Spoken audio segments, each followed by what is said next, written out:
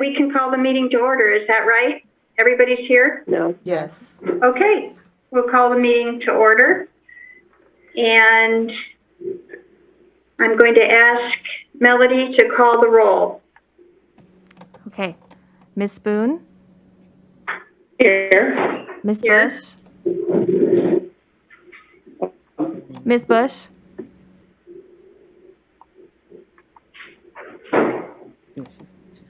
Ms. Bush? I'm sorry, I didn't hear. Here. Mr. Hogquist? Present. Mr. Kaufman? Here. Mr. Lotz? Here. Ms. Mayen? Here.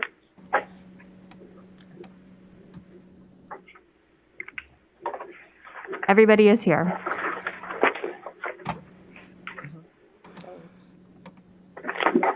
All right. So I just want to say that when we're making a motion or have something to say, please state your name first, and this will help Melody keep track of us. Thank you. Melody, do we have any public comment? We do not. All right. So can we move to the action items? Our first action item is that we have a calendar, a 2022 calendar and committee meeting schedule. And does anybody have any questions or comments about the schedule that's been posted? Okay, hearing none, I'd like to make the motion to adopt the calendar. Do we need a second? Yes. Yes. Yes. I'll make a second, Paul. Okay, Paul, thank you. Melody, will you please call for the vote? Ready to vote. Ms. Boone? Yes. Ms. Bush? Yes. Mr. Hogquist? Aye. Mr. Kaufman? Yes. Mr. Lotz? Yes. Ms. Mayen? Yes. All votes are in. Motion passes 6-0. All right, thank you. Our next item is review of the funding objectives policy, and Marcel is going to give us a presentation. Good morning. Morning, Marcel. I believe I've got Jessica Maloney in the boardroom to pull up the presentation.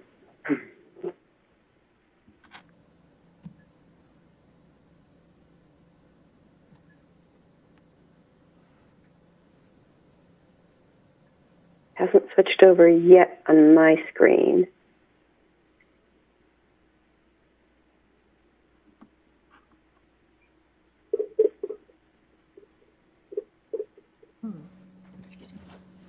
Well, Sorry.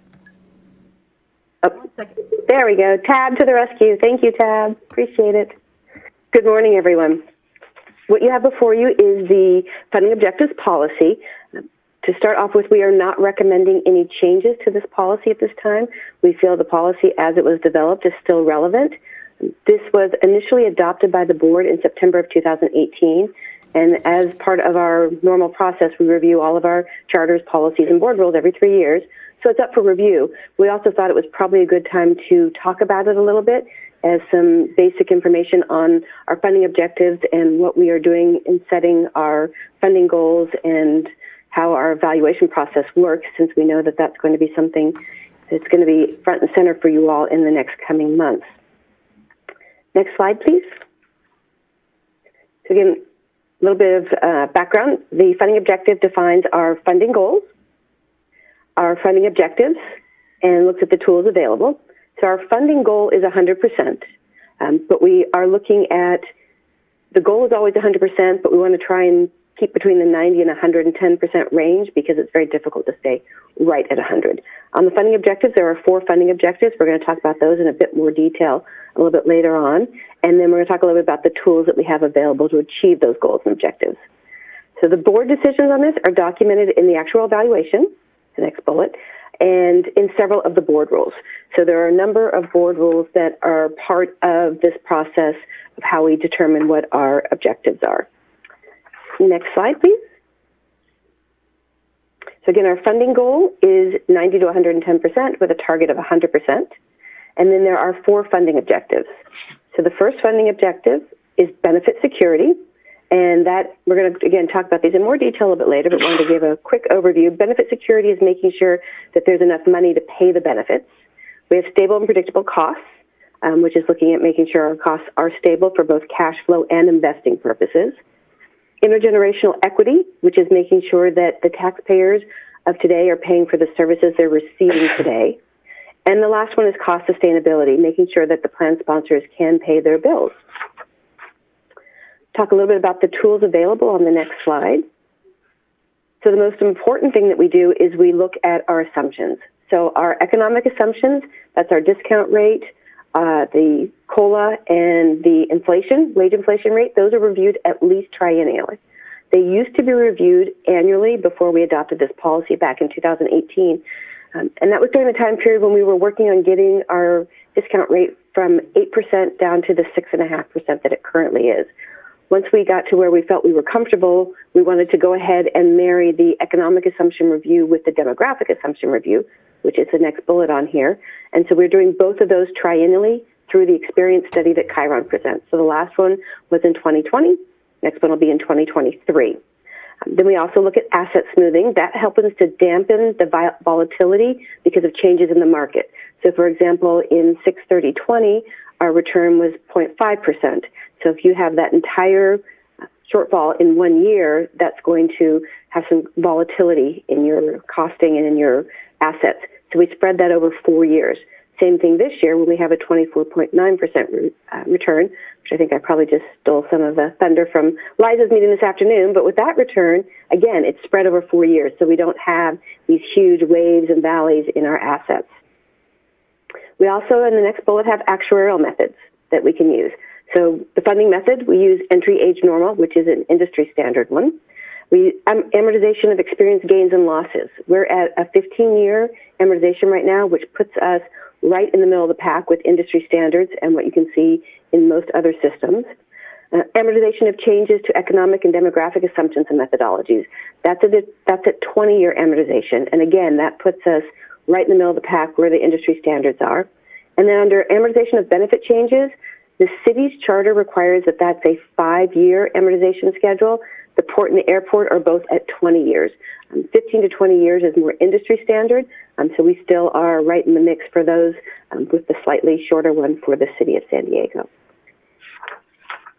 As we move on to the next slide, we're going to talk about specifically each of the 4 funding objectives. So benefit security is looking to get to full funding. And so there's a couple ways that you do that. The first one is shorter amortization periods.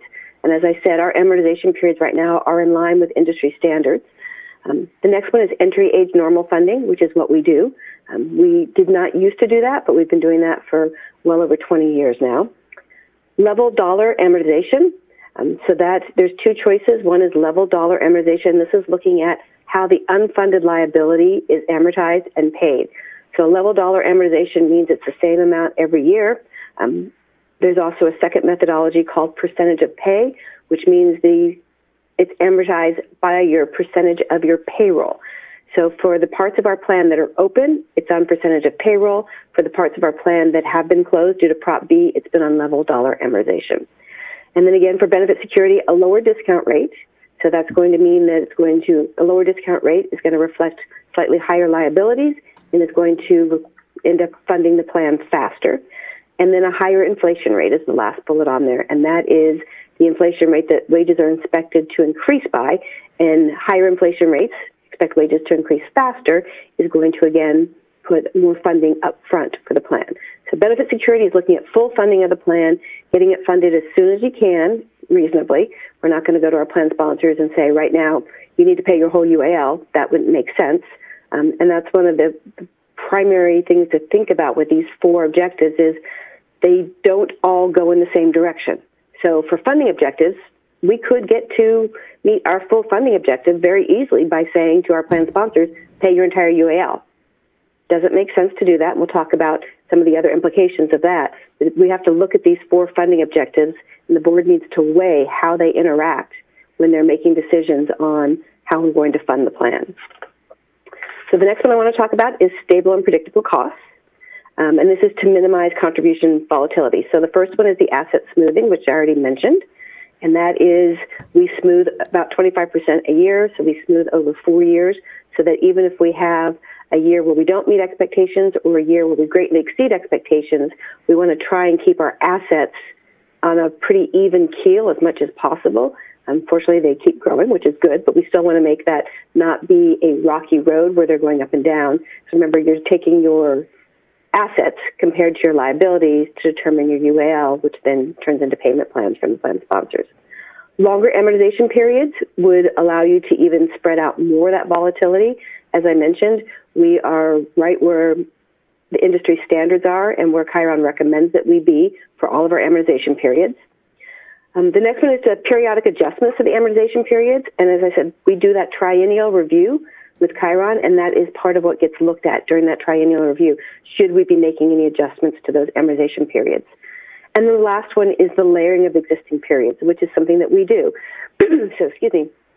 Each year when Chiron completes the valuation, they look at what UAL was created in that year. And if you go look at our valuations, you will see through them, there's a section towards the end that lists all the different amortization periods. So each of those sits as a separate layer with its own amortization period. And as we go through time, the older ones drop off and you add newer ones. So that is something that we are already doing in our plan.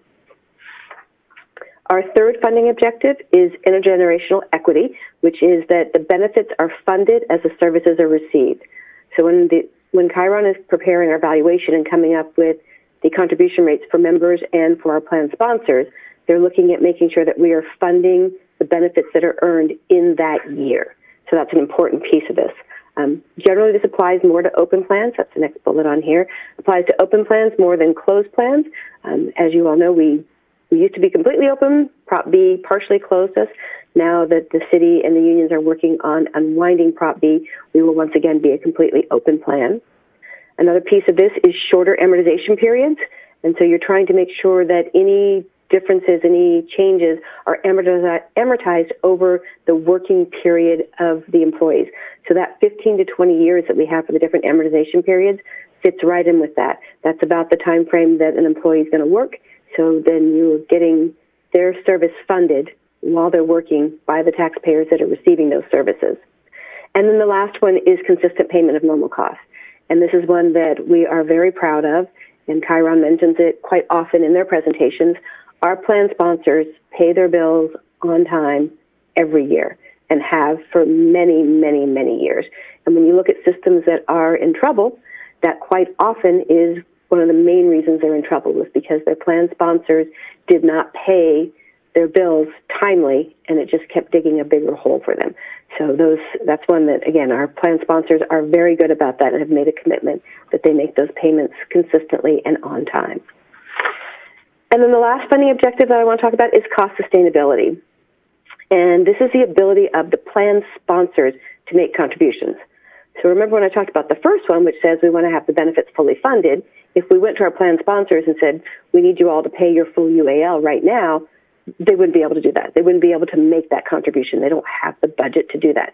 So we have to make sure that we set in place our assumptions and our funding policies so that our plan sponsors can continue to make their contributions. And so one of the things that would help with that is longer amortization periods. That's the first bullet. And then making sure, the second bullet, making sure that our economic and demographic assumptions are set based on long-term trends. And that is what we do when we do that triennial experience study that we'll do again in a couple years. That is looking at the economic and demographic assumptions, looking at both what's happened historically and looking at long-term trends. So we're not making changes based on what's going on in the world at this very moment. And the perfect example of that we've gotten some questions on is, one of the things that's changed in our last two experience studies is an increase in lifespans. The mortality assumption was a huge change, and it was that people were living longer and continuing to live longer in the future. So we put in intergenerational mortality as part of our assumptions. A lot of people ask, so now with, unfortunately, the pandemic, is that something that we see changing? And I can tell you what I'm seeing from our data is that fiscal 19 fiscal 20 and fiscal 21, we did not see any changes in our death rates. It could not have been more consistent. So that is something that even if we were seeing that, you don't want to make a knee-jerk change your mortality for something that is a short-term, hopefully, short-term issue in the pandemic. You want to look at keeping everything based on your long-term trends. So those are the 4 funding objectives and how they work together. So again, you've got the benefit security, looking for full funding of the plan as soon as we can. Stable and predictable costs. We want to make sure that we know what's coming in, both for cash flows and for investing purposes. We want to make sure we have intergenerational equity, that the services being received are being paid by people that are receiving those services. And then cost sustainability. We want to make sure that our plan sponsors can continue to make their payments. I'm happy to answer any questions you may have.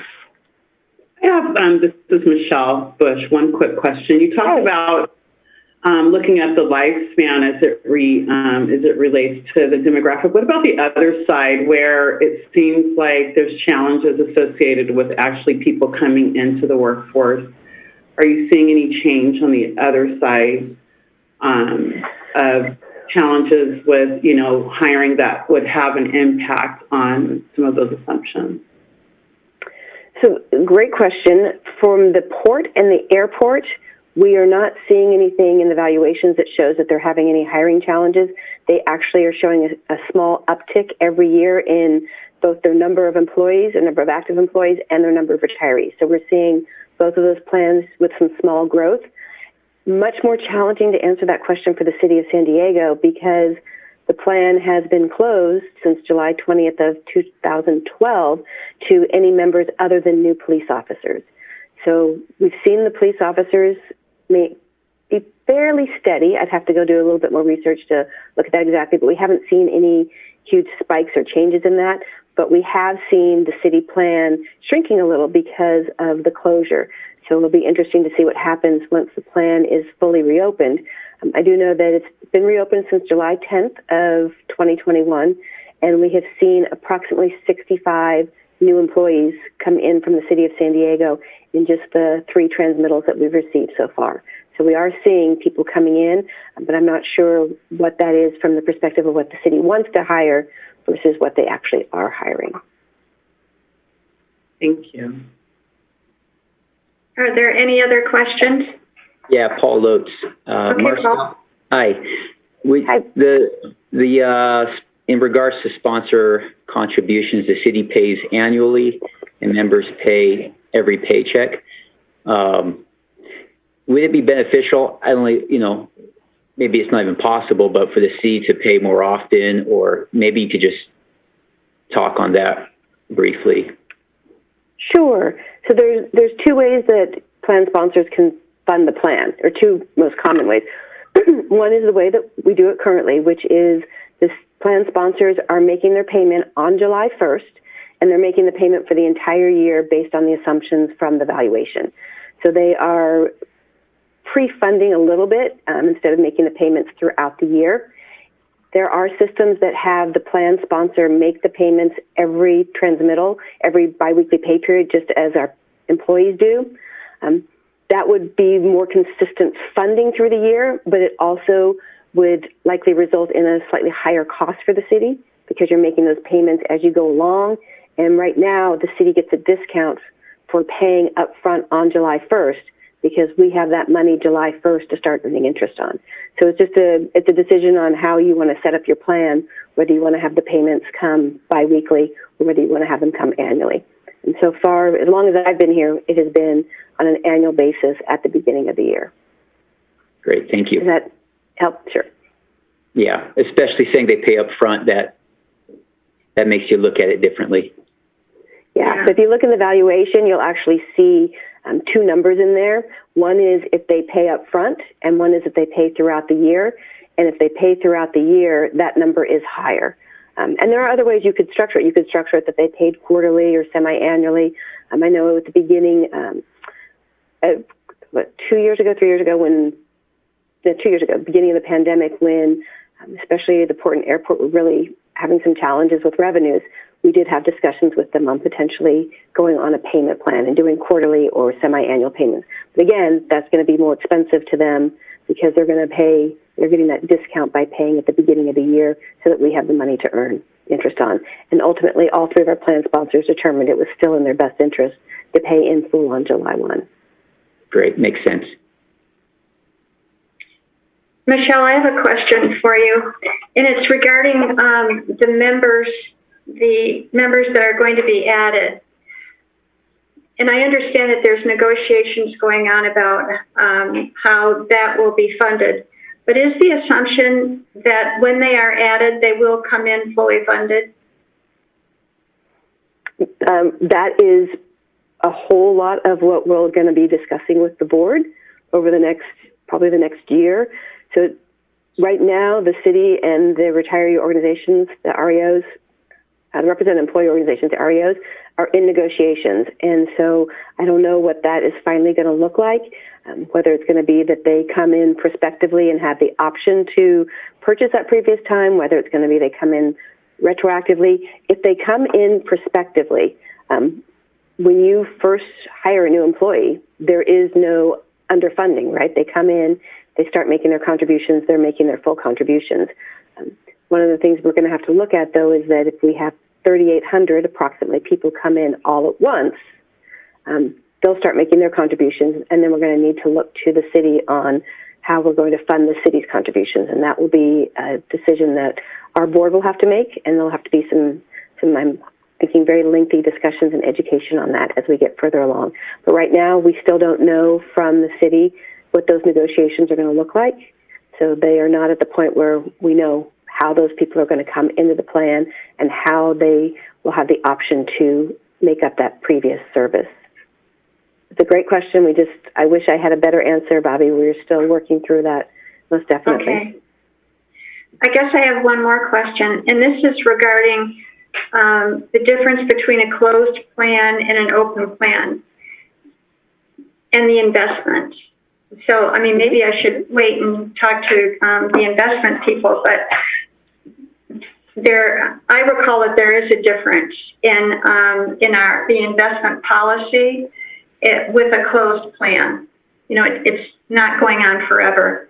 So will there be a change in the investment policies now that it will all be open? I can see Greg jumping at the bit on that one. Yeah. Good morning, Bobby. If I could jump in here.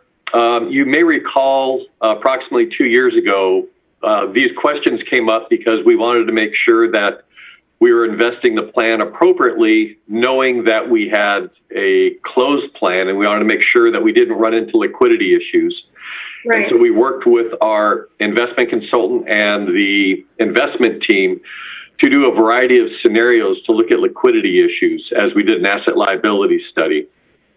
And we found out that there was no action needed to change the asset allocation of the plan at this time, but it was something that we needed to keep an eye on and look at. So yes, there is a definite difference between an open plan and closed plan and investment strategies. But we have a lot of membership currently working that are in the plan, and we are not at that inflection point for changing our asset allocation at this point. We're currently undergoing another asset liability study, and we're anticipating that we will be bringing those results back to the board, hopefully in January in 2022. And it'll also be addressing the issue of liquidity and reopening the plan, and do we need to do anything different? And so, very good question. But at this point, there's no immediate action that's required by the board. All right. Well, thank you. So what is it that you want from us, Marcel? Do you want us to vote that the motion is that we approve the policy as it's currently stated? My understanding is we don't need to vote on it because we're not making any changes. We will just update it to note that it was reviewed at this board meeting. I'm looking to Johnny for confirmation of that. I think it was set up as an action item in case there were changes that the board wanted to make to it. I see. Did you get a positive nod from Johnny? She did. Okay, then if there are no further questions, we'll move on. Thank you very much. That was, Thank you. I think that was really important for all of us to hear. All right, Johnny, you're up. Staff's recommendation to amend the securities litigation policy. And Johnny, in your presentation, can you explain how you came up with the numbers? I will, Bobby. Thank you. All right. Good morning, everyone. Before you is staff's recommendation to amend the securities litigation policy. That policy is really the framework the board gives staff on how to monitor and be involved in securities litigation. It tells staff to do a few things. It says monitor all the securities litigation, both domestically and internationally, when to actively participate in litigation versus be a passive member of, let's say, an existing class action, how we retain counsel and who does that, how to file claims, and when to report our actions to the board. This is part of your fiduciary duty to police the investments that we have, and as a institutional investor, we have a sort of a heightened duty to do that, and the legal division handles that entirely, and I think we've done a great job at it, and this policy is top-notch. We have a small recommendation to make to the policy, though, that Bobby alluded to. What we're asking the board to do is to increase the losses that SDCERS must suffer in order to justify active participation in a lawsuit. This increase is simple. It simply reflects the reality that litigation costs more. So therefore, the potential payout should really justify the expense that we put into it. Bobby, you asked, how did we get to this number? Greg asked me the same thing. It isn't science so much as our practical experience with this. If we look at how much the litigation costs with attorney's fees, everything, currently it's at $1 million. It just doesn't justify it. In a normal action, a plaintiff, an active plaintiff, will recover between 1% and 3% of their suffered losses. So if you look at that number and trying to file an action for, let's say, $1 million, now we're looking at a very insignificant amount of money that will eventually go to SDCERS. So looking at our experience, looking at our costs, I think these are great guidelines to go by, the $5 million for domestic and $2 million for foreign. The reason why there's a difference between domestic and foreign is domestic, most of the time we can decide, okay, we're not going to actively participate. We're not going to file our own lawsuit or try to seek lead plaintiff's counsel. We can passively collect income as a class action. So just last month, we collected $400,000 on a claim that we, as your legal division staff, didn't have anything to do with because we could sit passively. For foreign matters, the laws changed a bit where we can't do that. So it's important for us to look at a lower threshold. So I hope that explains the changes, and Bobby answers your question specifically. Does anyone have any questions for Johnny? Hearing none, Melody, can we call the vote? Yes. Oh, no, we need a first. We need a first and second motion. All those second. Okay. Or first. Paul's got a second, okay. Wait a minute. Could y'all repeat that, please? Who's first?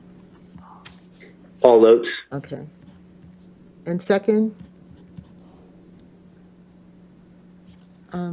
Who was second?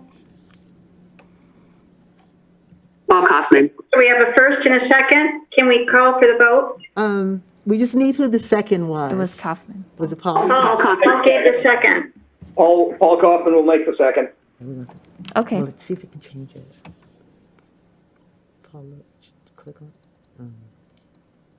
Okay. Okay, ready to vote?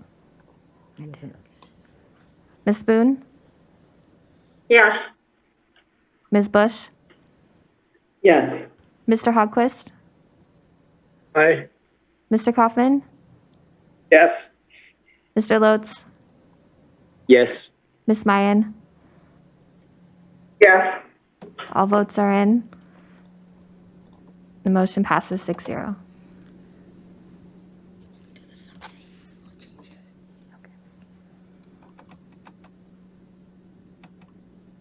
All votes are in?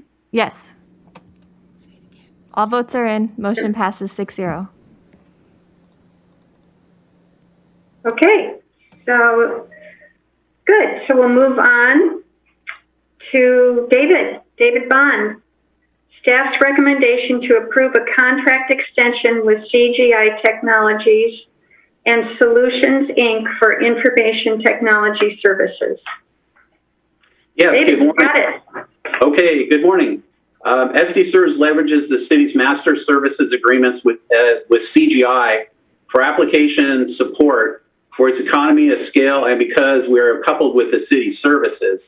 The city has extended the current MSA with CGI to June 30th, 2022, and have set the new CGI MSA to begin on July 1, 2022 to coincide with the new fiscal year.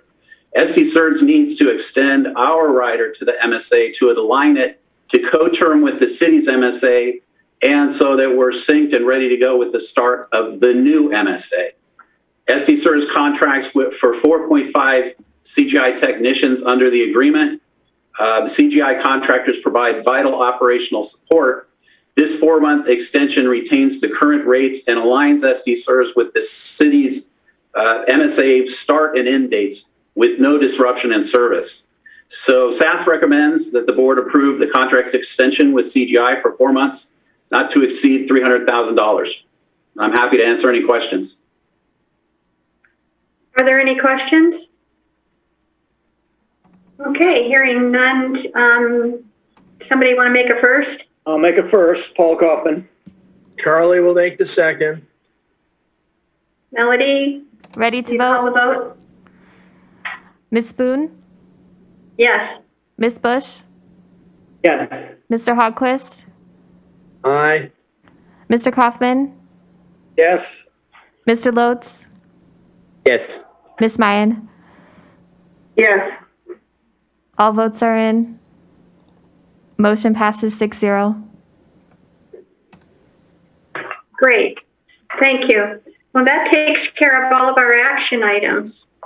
So moving on to the reports. Cynthia, you've had a busy couple of months. That's how we like it. Good morning to you, Bobby, Paul Squared, Sarah, Charlie, Michelle, and my colleagues. It's nice to see everyone. So I'm going to update you on some member services activities that were not in my report that I thank you for reading. This year, city employees received a pay increase, and some classifications received substantial increases. Now, a member's salary is a key component of the retirement benefit, and this dollar amount is determined when a member enters the Deferred Retirement Option Program, also known as DROP. Now, the decision to enter DROP is irrevocable for a number of reasons, and the plan document states that this decision is irrevocable once finalized. The pay increase has resulted in questions for those who entered DROP before they received a pay raise.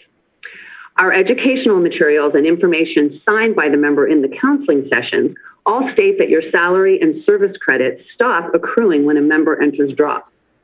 However, that does not mean that our members don't have concerns that require much attention. Please know that everyone is assisted, even though some don't agree with the final answer. For the newer board members, I want to make sure that you are aware that we have board policies defining the process for members to appeal staff decisions to you, the board, and members are advised of these policies in writing. It's part of our core values to be transparent and provide excellent customer service, and the appeals process demonstrates that commitment. Also, the airport, port, and the city are all hiring new employees, like Michelle just asked. We have received far more inquiries on this topic than we have in recent years. Now, each plan sponsor, as you know, has their own plan document. They also each have multiple pension tiers, specifics on the rules on members hired with reciprocity, and they're all affected differently by the California Public Employees Pension Reform Act, also known as PEPRA, that was enacted 8 years ago. While much information is on our website, potential employees and the plan sponsor employers have questions about the retirement benefits for which these new employees will be eligible. Most of these questions are too complex for the call center team to answer, and so I've been taking the lead on these inquiries after doing the proper research, especially on cases involving reciprocity, which are the most complex. And we are currently implementing additional tools to simplify this process. And finally, our team is assisting Marcel with the Prop B implementation, including working with the city on affected outreach materials, which Ms. Marcel is going to discuss in detail about this. And I would like to say that I'm sorry that I won't get to work with Sarah Mayan on this project, but I do wish you very well in the future. That concludes my report. I'd be happy to answer any questions. Otherwise, please have a nice day. Does anyone have any questions of Cynthia? Cynthia, may I ask you just a general question, not specific? Please. Once a member enters drop, I thought their pay rate was frozen. Yes, that is correct. When they enter drop, we determine what their pension is, which is how the drop program works essentially. So the years of service credit, the final average salary, and their factor go together at that time, determine their pension benefit. It is set, and then they go in drop, and that accrues through a drop account. You are correct, Bobby. So then with the pay raises that came about because of the compensation survey, did some of those employees receive pay increases while they're in the drop program? Throughout the city, additionally at the other plan sponsors, but throughout the city, many people received a general 4% increase. Some classifications, such as engineers, received more than 20%. But Right. once you're in drop, whatever happens in the future, you'll still get that pay. You still get it on your regular city paycheck, but it's not going to affect your pension. Does that clarify the difference? Yeah, Yes. They get the pay on the paycheck, but if you're in drop, it doesn't increase your pension. Yes, thank you. That's a good clarification. Thank you. All right. Thank you. If there's no other questions for Cynthia, Marcel, Benefits Administration. Good morning. So as Cynthia just alluded to, we're working on some communication materials with the city. So I've been reporting to you the past few months that I've been part of a city team, a cross-divisional team that has been working on questions related to unwinding Prop B. And at our meeting about 2 weeks ago, actually exactly 2 weeks ago, one of the topics of discussion was needing to get some communication materials out to employees so that they understand the defined contribution plan that they're currently in, the SPSBH plan, and they understand what the benefits that are available to them through the defined benefit plan here at SDCERS. So we set up a meeting last week that was, again, that same team from the city and a number of people, about 6 of us from SDCERS, to walk through that. And as I like to characterize it, it was a Stump SDCERS meeting. So there were many questions from the team on, is there information about reciprocity? Is there information about how your benefits calculated? And every question that was asked, we were able to show them where it is on our website. So many thanks to Jessica Maloney, who manages our website. It is very, very comprehensive.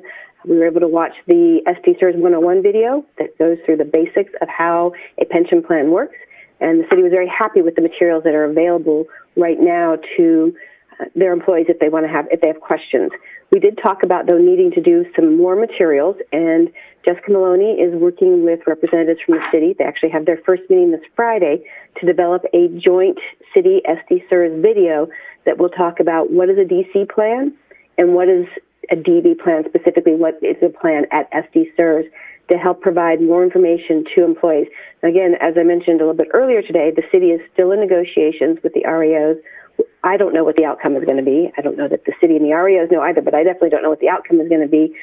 Whatever does happen, we do need to make sure that employees are fully educated and fully informed on what a DC plan that they're currently in does and what a DB plan does. So looking forward to getting those materials up and running. They'll be posted on the city's website as well as on SDCERS website. And happy to answer any other questions you may have. Anyone have any questions for Marcel? Well, thank you. Thank you, Marcel. There's a lot going on in your part of the process. Yes. David. I wanted to highlight how SDCERS leverages the city's master services agreements for IT support. There are currently 3 master services agreements with 3 different vendors. The city recently completed a competitive selection process for 2 of the 3 vendors, and those are enterprise compute and application support. CGI has been reselected as the application services vendor, and Zensar Technology has been selected to replace Atos for enterprise computing services, which includes data center, servers, desktop support, email, and Active Directory. Board rules allow SDCERS to enter into pre-negotiated government contracts, including the city's MSAs, without issuing an RFP. With the city's new MSAs approved by City Council and circulating for final signatures, SDCERS can begin discussions with both vendors to execute new IT services riders to the city's MSAs. The board can expect to see SDCERS riders to the new MSAs in the coming months for approval, and I will keep the board apprised of progress. I'm happy to answer any questions. Thank you, David. Can you tell us a little bit about the moving of the server farm? I can. We recently completed migration of the, I appreciate you asking that. That's great. Thank you, Bobby. It sounds very complicated. It was, and it went off with pretty much without a hitch. We recently completed our first capital expenditure project for FY22, which was migrating off our legacy, our old server farm, and onto a brand new high-tech, all the latest bells and whistles server farm. And that occurred in July. We were able to migrate services very smoothly. We had one reboot that had to happen during the process, but otherwise everything went really well. And operationally, we are now 100% operating on that new server farm, and we are set for the foreseeable future. Thank you for asking. No, absolutely. I was very impressed reading it. I had visions of some big field out in East County with lots of computers. No, but it's an enclosure. No, it's an enclosure that contains all of our servers that essentially run our operation. Uh-huh. Well, great. Thank you very much for being so vigilant. We certainly appreciate your good work. And speaking of good work, Ted, I need you to unmute. Hi, Bobby.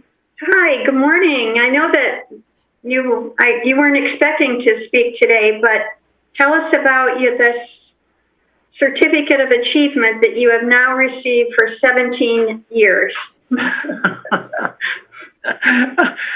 It's in my finance staff report, so notice the late date. You got to understand, we file this, and there's a due date of filing before December 31st of every year. But because we are really efficient with our audit committee, we actually complete the audit before Thanksgiving. And as you well know, at that point, we have enough lead time to file the application early. So the GFOA required for the first year an all-electronic filing solution for the annual comprehensive financial report. You'll notice we changed the acronym, and there's a reason, because the GFOA does not want to use the old acronym due to certain cultural sensitivities with a couple of different countries. So as a result, we have changed that. While we were producing all the materials, the dance that we do for the B&G committee, the investment committee, and then the full board is such that we have to prepare these materials at the beginning of the month prior to the month of the meetings.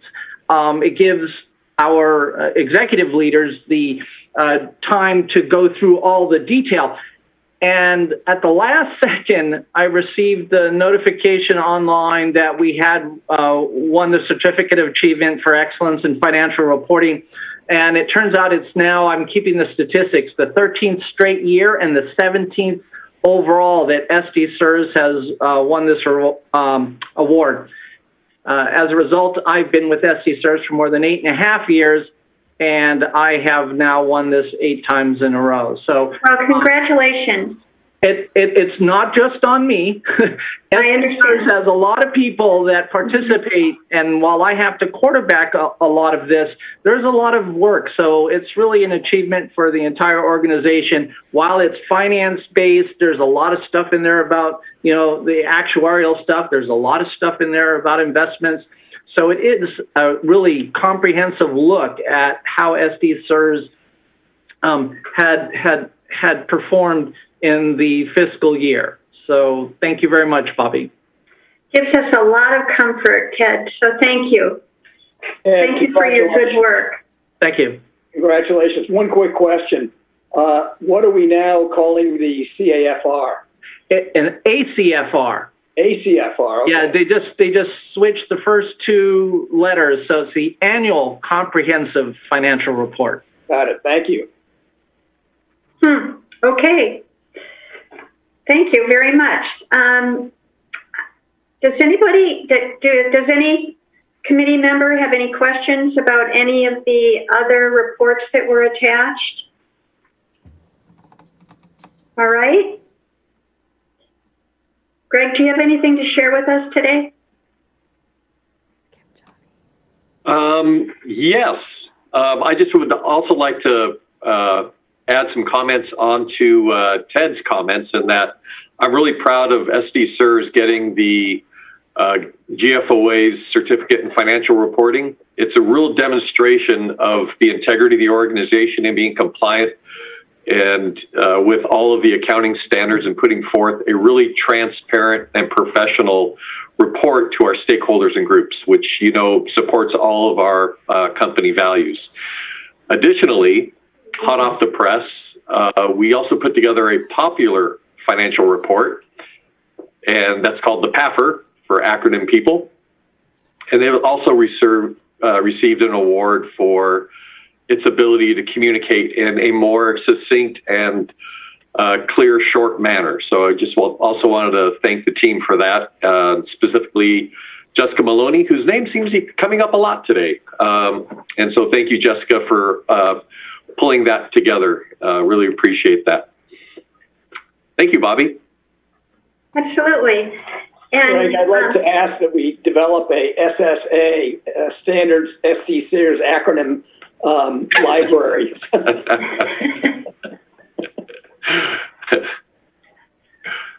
Sarah, I understand that this may be your last B&G meeting. Yes, it is. I've accepted a position with the city of Chula Vista. So. I see. Well, congratulations. Thank you. Very excited. And when will you be leaving? My last day is next Friday, the 17th. I see. Well, congratulations, and thank you for your service. Thank you. So, it's my understanding we have no closed session today. Is that true? That's John? correct. Yeah. That's correct. All right. So with that, I believe we've completed our meeting's agenda. Is that right, Greg? Are we done? Yeah, we're done. All right. All right. So this meeting is adjourned. Thank you. Thank you.